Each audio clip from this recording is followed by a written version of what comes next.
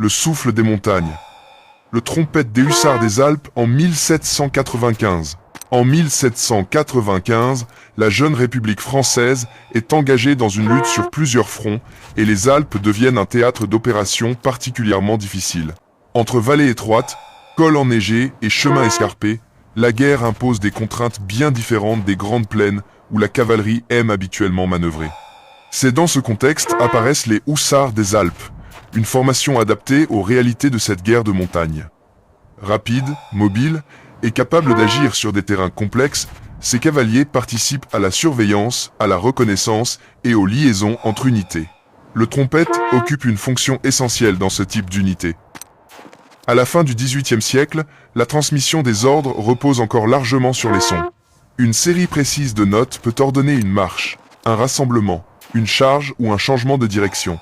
Dans les reliefs alpins, où les colonnes peuvent être dispersées par le terrain et où la visibilité devient parfois très réduite, le rôle du trompette prend une importance encore plus grande. Son instrument devient une véritable voix du commandement capable de traverser vallées et pentes rocheuses. Les hussards eux-mêmes appartiennent à une tradition militaire héritée d'Europe centrale. Leur réputation est déjà solidement établie. Cavaliers hardis, éclaireurs audacieux, parfois indisciplinés mais redoutablement efficaces. Leur uniforme attire immédiatement l'attention avec ses tresses, son dolman ajusté, ses bottes et sa pelisse souvent portée sur une épaule. Cette apparence flamboyante n'est pas seulement esthétique.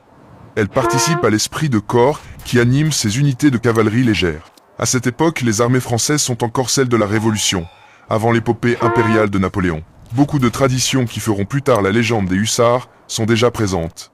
Goût du panache, rapidité d'action et esprit offensif. Le trompette des hussards des Alpes symbolise ainsi une rencontre entre élégance militaire et nécessité tactique.